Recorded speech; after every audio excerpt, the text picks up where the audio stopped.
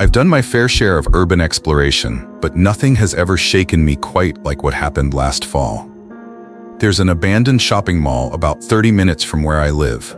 It shut down years ago, and ever since, it's been a magnet for explorers, graffiti artists, and the occasional homeless encampment. I'd been there a couple of times before, but only during the day. I decided that this time, I wanted to check it out at night, just to see how different the vibe was. Big mistake. I parked a few blocks away and walked to the back entrance where one of the maintenance doors had been pried open long ago. The second I stepped inside, the air changed.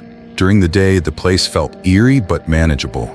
At night, it was suffocating. The only light came from the moon leaking in through the shattered skylights, casting weird, jagged shadows across the massive empty corridors. I turned on my flashlight and started making my way through the mall.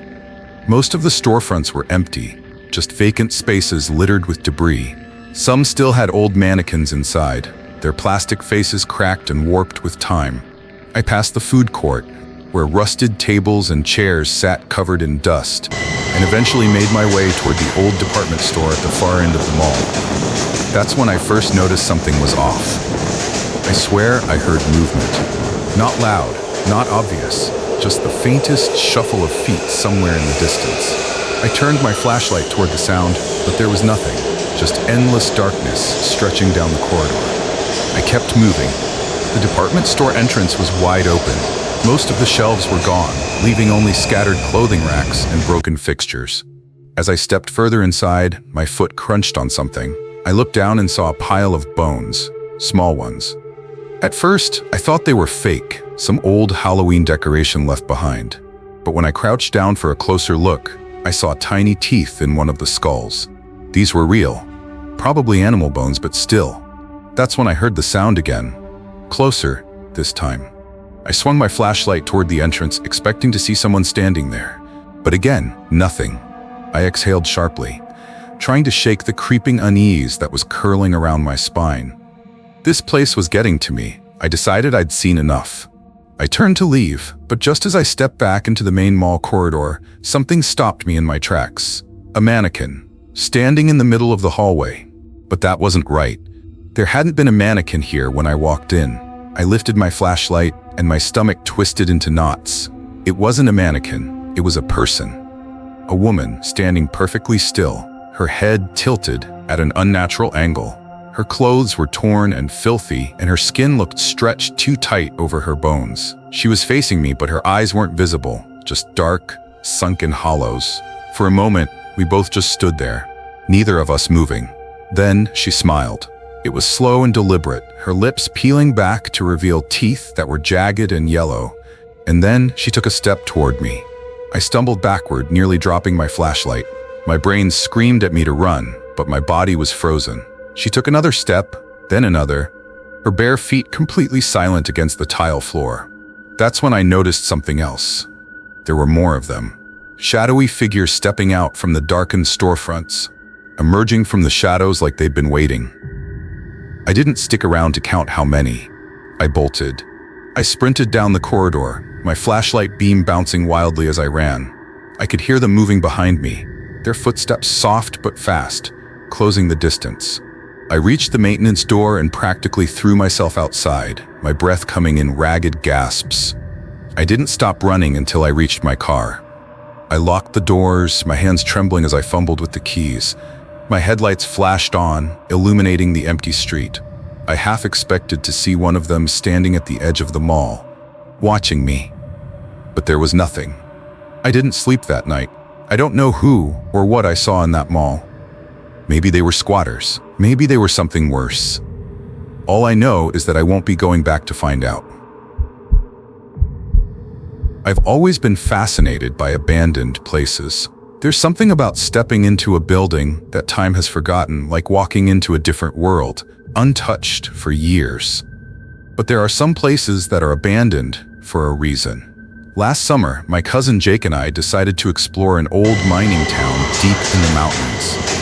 It was one of those places you hear about in ghost stories, completely deserted, decayed, and rumored to be haunted. The town had been abandoned for decades after a series of accidents in the mines. Some said the company covered up the deaths, while others believed the town was cursed.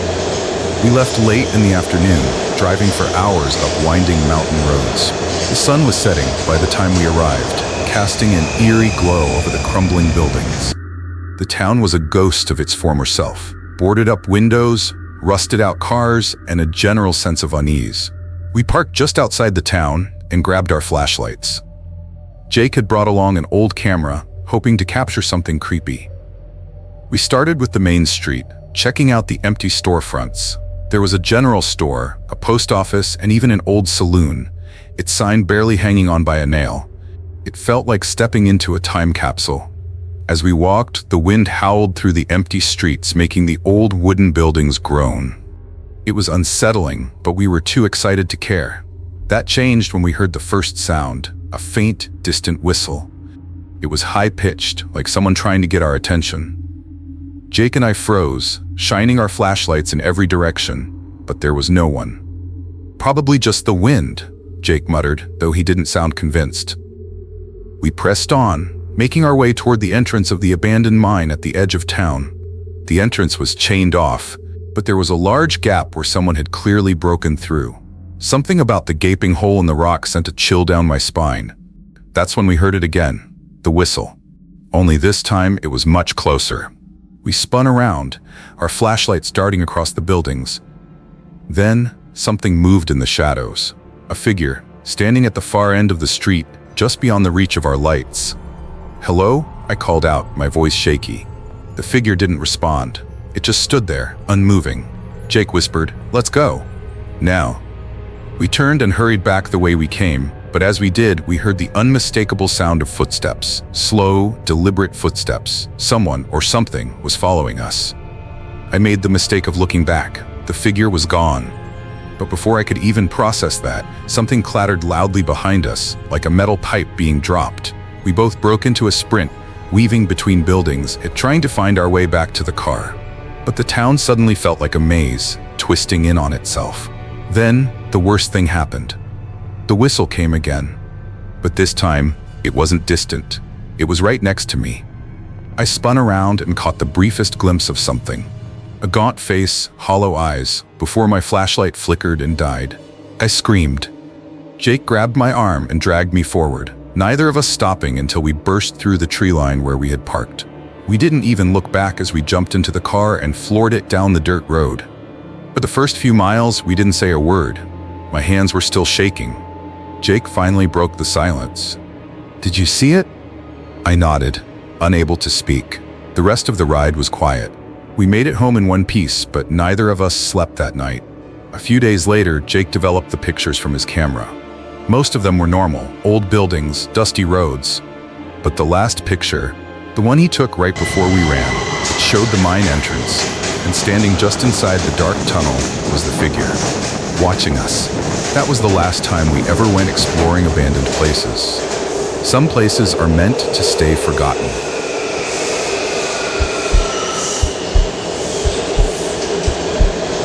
I grew up in a small town in the Midwest, the kind of place where everyone knew each other and nothing ever really happened. It was the summer after I graduated high school, and my friends and I had a tradition. We would spend our last summer nights exploring old, abandoned places before we all went our separate ways for college. There was one place none of us had ever dared to go before, a crumbling farmhouse on the outskirts of town. It had been empty for decades, ever since the family that lived there mysteriously disappeared. Some people in town claimed they just packed up and left one night without telling anyone. Others said something much worse happened. It was a little past midnight when we pulled up to the overgrown driveway. The house sat in complete darkness, its windows like empty eye sockets staring at us. My friend Brian turned off the car engine, and for a moment, all we could hear was the sound of crickets and the distant rustling of the wind. We stepped out, armed with flashlights, and made our way to the front door. The wood was rotted, and with a single push, it creaked open.